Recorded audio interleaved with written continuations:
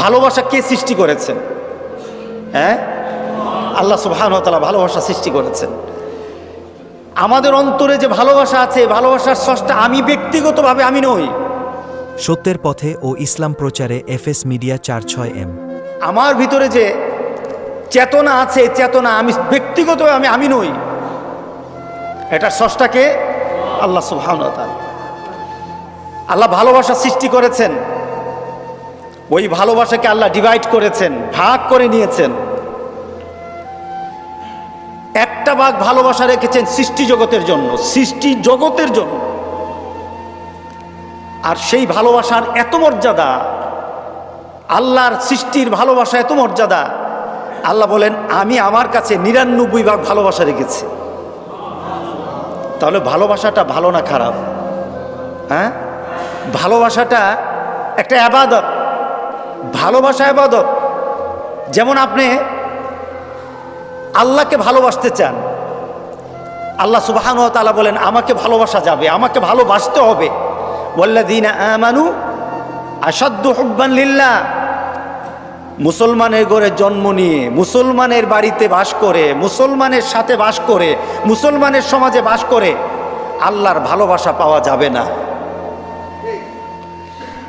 আপনি সব কিছু মুসলমানের সাথে চললেন, কিন্তু আল্লাহর ভালোবাসা পাওয়া যাবে না। আল্লাহ সুবহানাহু ওয়া তাআলা সেই ভালোবাসা কোন নীতিতে পাওয়া যাবে আমাদেরকে জানিয়ে দিলেন যে তুমি যদি আমাকে ভালোবাসতে চাও তাহলে তোমাকে একজনের নীতি নিয়ে আমার কাছে আসতে হবে। তিনি হলেন মুহাম্মদুর রাসূলুল্লাহ। রাসূল সাল্লাল্লাহু আলাইহি সাল্লামের সুন্নতকে যদি তুমি আঁকড়ে ধরো তাহলে তুমি আমার ভালোবাসা পেয়ে যাবা। তাহলে ভালোবাসা অর্জন করা, আল্লাহর থেকে ভালোবাসা নাও মানে কি ইবাদত। আল্লাহর ভালোবাসা, আমি যদি কারো কাছে বলি আমি আল্লাহকে ভালোবাসি, এটা ইবাদত। এটা কি? আমি আমার মাকে ভালোবাসি, এটা কি? আমি আমার ভাই বোনকে ভালোবাসি, এটা কি? ইবাদত। আমি আমার স্ত্রীকে ভালোবাসি, এটা কি? ইবাদত। আমি আমার সন্তানকে ভালোবাসি, এটা কি? ইবাদত। আমি আমার মুমিন বান্দাদেরকে ভালোবাসি, এটা কি? ইবাদত। বলেন এটা কি? ইবাদত। কারণ ভালোবাসা আল্লাহর সৃষ্টি। যখন আপনার অন্তরে এই ভালোবাসা নিয়ে আপনি কারো কাছে দাবি করবেন, আর দাবিটা যদি হালালভাবে হয় এটা ইবাদত হয়ে যাবে। এখন অবৈধভাবে কোনো মেয়েকে বললেন আমি ভালোবাসি, অবৈধভাবে কোনো মেয়ে কোনো ছেলেকে বলল আমি ভালোবাসি, ভালোবাসাটা কি হবে? পাপ হবে।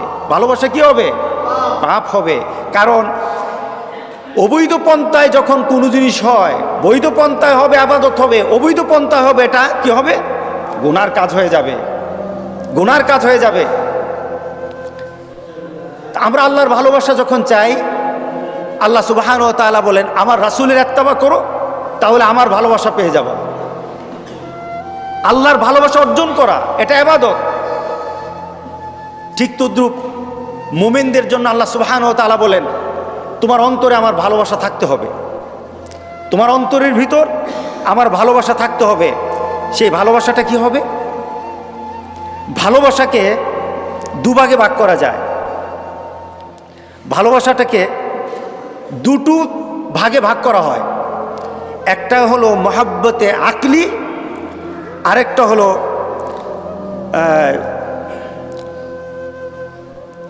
মহাব্বতে আকলি, আরেকটা হলো মহাব্বতে তাবেই। দু ধরনের ভালোবাসা। দেখুন আমি এরপরে আমার কথাতে আসতেছি। একটা হলো মহাব্বতে আকলি, এটা জ্ঞান বলে ভালোবাসা রাখতে হবে, জ্ঞান বলে ভালোবাসা করো, জ্ঞান বলে এতটুকু পর্যায়ে ভালোবাসা রাখো, জ্ঞান বলে ভালোবাসাকে একটা মানে রাখতে হবে। আরেকটা জ্ঞান নয়, নিজের সৃষ্টি বলে, নিজের ভিতর থেকেই বলে আমাকে ভালোবাসতেই হবে, আমাকে ভালোবাসতেই হবে। যেমন একটা ভালোবাসা যদি আমি বলি, আল্লাহ সুবহানাহু ওয়া তাআলা কিছু ফরজ কাজ অর্ডার করেছেন, আল্লাহ যে আমাদের জন্য ফরজ করেছেন ওই ফরজের প্রতি একটু ভালোবাসা সৃষ্টি করা, এটা হলো জ্ঞানগত ভালোবাসা। কারণ এটা কি? ফরজ। যেমন আমরা নামাজ পড়তে আসছি, এই যে নামাজটা পড়তে আসলাম এটা আমাদের জ্ঞানগত একটা ভালোবাসার সৃষ্টি। আমরা নামাজ পড়তেছি, এটা ভালোবাসা আছে। ভালোবাসাটা কেন হয়েছে? নামাজ পড়া কি ফরজ। ঠিক আবার একটু ধাপে নেমে যাবে, যখন নামাজের পর্যায়ে ওয়াজিব চলে আসবে, তখন ভালোবাসা বলে ফরজ থেকে ওয়াজিবের ভালোবাসা একটু হবে, একটু কমে যাবে। সুন্নতের পর্যায়ে যখন আসবে ফরজ এবং সুন্নত, ফরজ ওয়াজিব সুন্নতের লেভেল একটু কমে আসবে, ভালোবাসার একটু তারতম্য হয়। নফল দিয়ে যখন আমরা ইবাদত করি, তখন আমার ভিতরে একটু ভালোবাসার মান এমন হয়, এটা নফল। কি বলেন, আসে না? যখন আপনি নফল ইবাদত করেন, তখন আল্লাহরই ইবাদত করেন, ভালোবাসা আছে, কিন্তু ফরজের মতো হবে না, ফরজের মতো হবে না। এই শ্রেণীর ভালোবাসা বলে ধাপে ধাপে ভালোবাসার অবস্থান, এটাকে বলা হয় মহাব্বতে আকলি। আরেকটা ভালোবাসা মহাব্বতে তাবেঈ, স্বভাবগত ভালোবাসা। আপনি কিছু খাচ্ছেন, আপনি কোথাও যাচ্ছেন, আপনি এখন ঘুমাতে যাবেন, আপনি কোনো জিনিস কারোর সাথে সম্পর্ক করলেন, তখন আপনার ভিড় থেকে একটা চলে আসলো যে আমি যা করতেছি এটা আমার আল্লাহর জন্য, আল্লাহ সন্তুষ্টির জন্য। আপনি ঘুমাতে যান, ঘুমাতে গিয়ে যখন আপনি মনে মনে চিন্তা করেন আমি তখন ঘুমাবো, আমার ঘুমটা যেন আল্লাহ তার ইবাদতের মধ্যে কবুল করে নেয়। আপনি মনে মনে আল্লাহর কাছে বললেন, মাবুদ আমাকে এমন একটা ঘুম দাও যে ঘুমটা ইবাদত হয়ে যায়। আপনি রাতের বেলা উঠে গেলেন, উঠে যখন তাহাজ্জুদের নামাজ পড়লেন, আপনাকে বাধ্য করা হয় না তাহাজ্জুদের নামাজ পড়া, আপনি তখন ভিতরে ভিতরে একটা ভালোবাসা সৃষ্টি হয়ে গেছে, আর ঘুমাতে পারলেন না। আপনি ঘুমাতে আর পারলেন না, আপনি দৌড়ে মুসল্লায় দাঁড়িয়ে গেলেন, আপনার ভিতরে একটা ফিলিংস, ওই ফিলিংসটা কোনো আকলগত না, এটা ভিতরগত।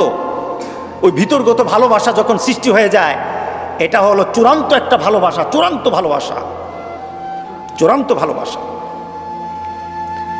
এই চূড়ান্ত ভালোবাসার দিকে অগ্রসর হওয়া হলো মুমিনের কাজ।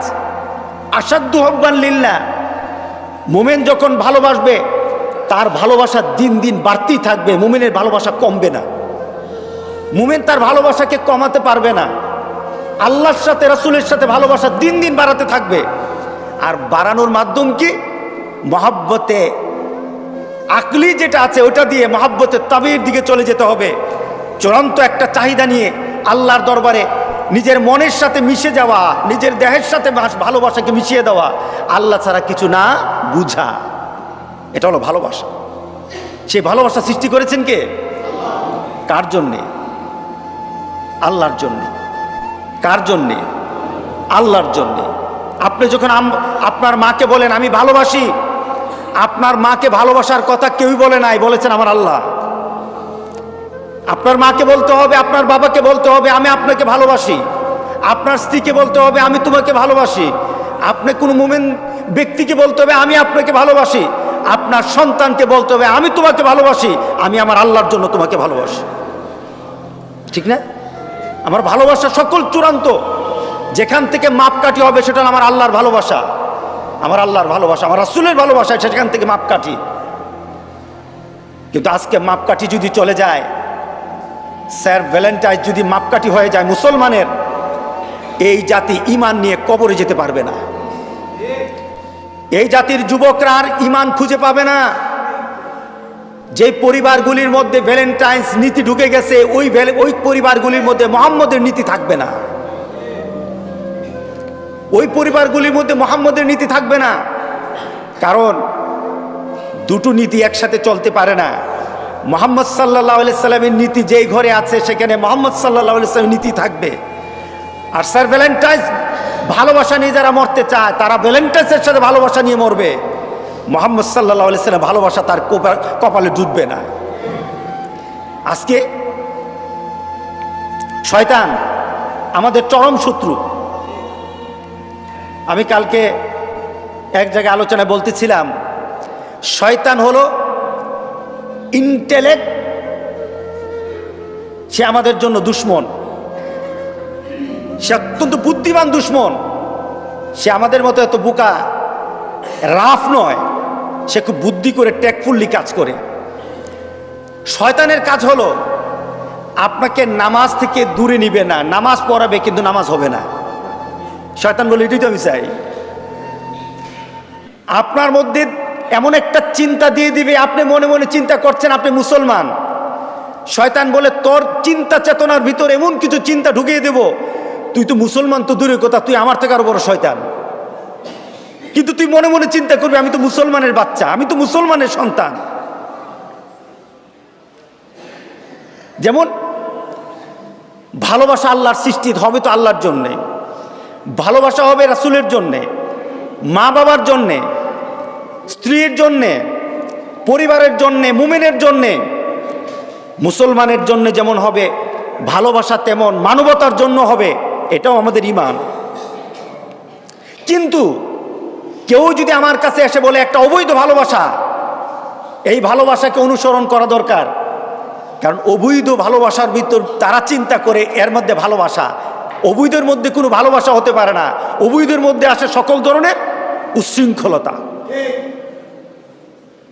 আপনি বর্তমান সমাজের মধ্যে ভ্যালেন্টাইন্স ডে যখন পালন করা হয়, আমি কয়েক বছর আগে একটা বিদেশি একটা সংস্থার, ইসলামিক একটা সংস্থার একটা প্রোগ্রাম ছিল সোনারগাঁ হোটেলে। সেখানে রাতের বেলা বাংলাদেশের বেশ ওলামায়ে কেরামরা ছিলেন, আমিও ছিলাম সেখানে, এবং খুব এলিট পার্সনটা ছিল। কপাল খারাপ, সেই রাত্রটা হয়ে গেছিল 14ই ফেব্রুয়ারি। 14ই ফেব্রুয়ারি এই সমাজের মধ্যে মানুষের কাছে, যুবকদের কাছে খুবই একটা উচ্ছলতার দিবস, উচ্ছলতার সময়, একটু আবেগ দেখানোর সময়, হারাম পন্থা একজনে আরেকজনের সাথে মিলার সময়। 14ই ফেব্রুয়ারি সে হোটেলের মধ্যে সোনারগাঁয় আমাদের কনফারেন্স রুমে ঢুকতে গিয়ে দেখি যে যুবক যুবতী দিয়ে পুরা হোটেলটা ভরা, উচ্ছ্বাস, গান হচ্ছে, সবার হাতে ফুল, চতুর্দিকে লেখা Valentine's day, happy Valentine's day. আমার চিন্তা হলো ওই যুবক যুবতীগুলি একটা, আমার মনে হয় না সেখানে সবাই হিন্দুর ঘরে জন্ম নিয়েছে, খ্রিস্টানের ঘরে জন্ম নিয়েছে। আমার মনে হয় না, অধিকাংশ যুবক যুবতীরা ছিল মুসলমানের সন্তান। ভ্যালেন্টাইন্স ডে পালন করছে। ওরা যখন বাড়িতে যাবে, ওরা যখন সমাজের সাথে মিশবে, ওরা যখন কোনো পরিবার পরিজনের সাথে মিশবে, তখন যদি তাকে বলা হয় তুমি মুসলমান না, তুমি অন্য ধর্মাবলম্বী, সে কি পরিচয় দিবে? আমি মুসলমান। কেন আমি মুসলমান? আমার বাপ মুসলমান, আমার মা মুসলমান। কিন্তু ভ্যালেন্টাইন্স ডে পালন করে সে ইসলামকে সেখানে রেখে এসেছে। ভ্যালেন্টাইন্স ডে পালন করে শয়তান বলল তোর ভিতরে যত ইসলামের, যত ধরনের ইমানের নূর ছিল, সব নূর আমি নষ্ট করে দিয়েছি। টের পাবা না, টের পাবা না, টের পাবা না।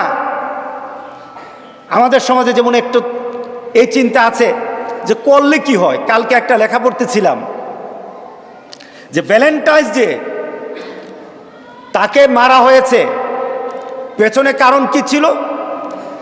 সে একটা অবৈধ প্রেম করেছে। আরেকটা কি ছিল? যে প্রেম করার কারণে ওই সমাজে এই ধরনের অবৈধ প্রেম মেনে নিত না। প্রেম করার কারণে যেমন তাকে হত্যা করা হয়েছে, তাকে আরেক কারণে হত্যা করা হয়েছে। কিন্তু অবৈধ প্রেম ভালোবাসা সৃষ্টি করে ফেলেছে। এখন অবৈধ প্রেম থাকার কারণে এই সমাজ বলে ভালোবাসার জন্য যারা নিজের জীবন দিল, এই ভালোবাসা আমরাও চাই। নাউজুবিল্লাহ বলেন না? আচ্ছা বলেন, যারা ভ্যালেন্টাইন্স ডে পালন করে তাদেরকে বলি, যদি ভালোবাসা ভ্যালেন্টাইন্স ডে এর ভালোবাসা, স্যার ভ্যালেন্টাইনের ভালোবাসা পালন করো, তাহলে তোমারও মরতে হবে, কারণ সে তো ভালোবাসা করে মরছে। তুমি বাঁচবা কেন? তোমারও ফাঁসি দিতে হবে, তোমাকে তোমার ঘাড় উড়িয়ে দিতে হবে। তাহলে না তুমি ভ্যালেন্টাইন্সকে মানলা, তুমি বাইসা আসো, মজ মারবা, আর ভ্যালেন্টাইন্স মরছে তারে পালন করবা। তুমি কোন জাতের ভ্যালেন্টাইন্স পালন করো? ঠিক না? তুমি মরে দেখাও, তাহলে ভ্যালেন্টাইন্স ডে পালন করছো। আজকে যারা ভ্যালেন্টাইন্স ডে পালন করে, শয়তান একটা ফুলের কারণে আপনার মেয়ের, আপনার ছেলের ঈমান কিন্তু নাই। আপনি বলেন মুসলমানের সন্তান, আপনি বলেন আমার সন্তান, কিন্তু আল্লাহর দপ্তরের মধ্যে আপনার সন্তানের কি নাই? নামটা নাই। কারণ রাসূল সাল্লাল্লাহু আলাইহি সাল্লাম বলেছেন, মান তাশাব্বাহা বিকাউমিন ফাহুয়া মিনহুম। আপনার সন্তান মরবে, মুসলমান হয়ে মরবে না। রাসূল সাল্লাল্লাহু আলাইহি সাল্লামের কথা অথেন্টেড। রাসূল সাল্লাল্লাহু আলাইহি সাল্লামের কথাকে ফেলে দেওয়া যাবে না। রাসূল সাল্লাল্লাহু আলাইহি সাল্লামের কথার উপর পৃথিবীতে আর কোনো কথা নাই। রাসূল সাল্লাল্লাহু আলাইহি সাল্লাম যাকে যে অবস্থা বলে গেছে ওই অবস্থায় সে আখিরাতে উঠবে। যদি ভ্যালেন্টাইন্স ডে কোনো জাতি, কোনো ব্যক্তি মুসলমান পরিচয় দেওয়ার পরে ভ্যালেন্টাইন্স ডে কোনো সন্তান পালন করে, ওই ভ্যালেন্টাইন্স আখিরাতে যেই জায়গায় দাঁড়িয়ে থাকবে আপনার সন্তান সেখানে দাঁড়িয়ে থাকবে। আপনি কি চান আপনার সন্তানটা কাফেরের রাস্তায়, কাফেরের কাতারে দাঁড়ায়? আপনি কি চান কিনা বলেন? যদি না চাই ফিরাই, যদি না চাই ফিরাই তাদেরকে। তাদের কলিজায় ভালোবাসা দিয়ে আমার মাবুদের ভালোবাসা, তাদের কলিজায় ভালোবাসা দিয়ে মুহাম্মদ সাল্লাল্লাহু আলাইহি সাল্লামের ভালোবাসা, তাদের কলিজায় ভালোবাসা দিয়ে যে আল্লাহ সুবহানাহু ওয়া তাআলা রাসূল সাল্লাল্লাহু আলাইহি সাল্লাম ভালোবাসার কথা বলে গেছেন। মাকে ভালোবাসো, বাবাকে ভালোবাসো, ভাই আত্মীয় স্বজনকে ভালোবাসো, পরিবার পরিজনকে ভালোবাসো, মুসলমানকে ভালোবাসো। ওই ভালোবাসা কলিজায় দেই। যদি ওই ভালোবাসা দিয়ে আমরা আমাদের সন্তানকে রেখে যেতে পারি, আশা করা যায় এই সন্তান মৃত্যুর পর আপনার কিছু করার থাকবে না। ভালোবাসার কারণে, এই ভালোবাসার কারণে হয়তোবা হয়ে যেতে পারে আপনার সন্তান আপনার জন্য দোয়া করে বলবে, রব্বির হামহুমা কামা রব্বায়ানি সাগীরা। হয়তো আপনার সন্তান আপনার জন্য দোয়া করবে, আপনার সন্তান হয়তো দোয়া করবে।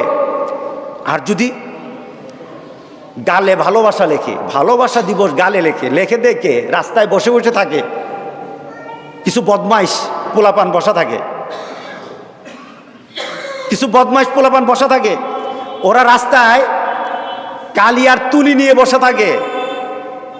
মা তার সন্তানকে নিয়ে রাস্তায় হাঁটে, বাবা হাঁটে, ছোট্ট বাচ্চা বায়না ধরে আমি আমার গালের মধ্যে একটু ভালোবাসা লিখব। ছোট্ট বাচ্চা বুঝে না, সে মনে করে ভালোবাসা কি দিবস, মজা মারা, এটাই তো দিবস। এখন মজা খাচ্ছে সে, ছোট্ট বাচ্চা বুঝে না। মাকে টেনে বললো আমি গালের মধ্যে ভালোবাসা দিবস লিখব। মা তাকে নিয়ে গেল, ফ্যাক্ট বলছি, সত্য ঘটনা। মা তাকে নিয়ে গেল ছেলের কাছে, গিয়ে বললো আমার ছেলের গালের মধ্যে, আমার মেয়ের গালের মধ্যে লিখে দাও ভালোবাসা দিবস। এর কারণে পাপীটা কে হবে? দায়ুস কে? দুজুকে কে যাবে? এটার জন্য মা বাবা দায়ী হবে। আমি বলি এটা মা বাবা না, এটা শয়তান থেকে আরো বড় শয়তান। কারণ যে মা বাবা তার মেয়ে, তার ছেলের চরিত্রকে ভালো রাখার জন্য প্রচেষ্টা চালায় না, এটা মা না, এটা বাবা না, এটা শয়তান থেকে আরো খারাপ। তুমি তোমার ছেলেকে, তোমার মেয়েকে চরিত্র শিক্ষা দিবা না, উস্কিয়ে দিবা আরো। মনে রেখে দিও তোমার মৃত্যুর পর তোমার জন্য লানত আছে। গোটা মুমিনের লানত তোমার উপর, নবীদের লানত তোমার উপর। আর আখিরাতে তুমি যাদেরকে অনুসরণ করেছো তাদের সাথে থাকবা, তোমার নবীর চেহারা তুমি দেখতে পারবা না। আল্লাহ আমাদেরকে হেফাজত করুক, আল্লাহ আমার হেফাজত করুক। আমাদের ভালোবাসা কার জন্য? জোরে বলতে হবে, আমাদের ভালোবাসা কার জন্য? আমার আল্লাহর জন্য আমার ভালোবাসা, আমার রাসূলের জন্য আমার ভালোবাসা, আমার মার জন্য আমার ভালোবাসা, আমার বাবার জন্য ভালোবাসা, মুমিন বান্দার জন্য ভালোবাসা, আমার পরিবারের জন্য ভালোবাসা। এই ভালোবাসা যেন নিয়ে আমাদের পরিবারকে সুন্দর করে সাজাতে চাই, যেমন সাজিয়ে গেছেন মুহাম্মদ রাসূলুল্লাহ সাল্লাল্লাহু আলাইহি সাল্লাম। ওই পরিবার যেন, ওই সমাজ যেন আমরা সাজাতে পারি, ওই ঘর যেন সাজাতে পারি। আল্লাহ যেন তৌফিক দান করে দেয়। আমিন।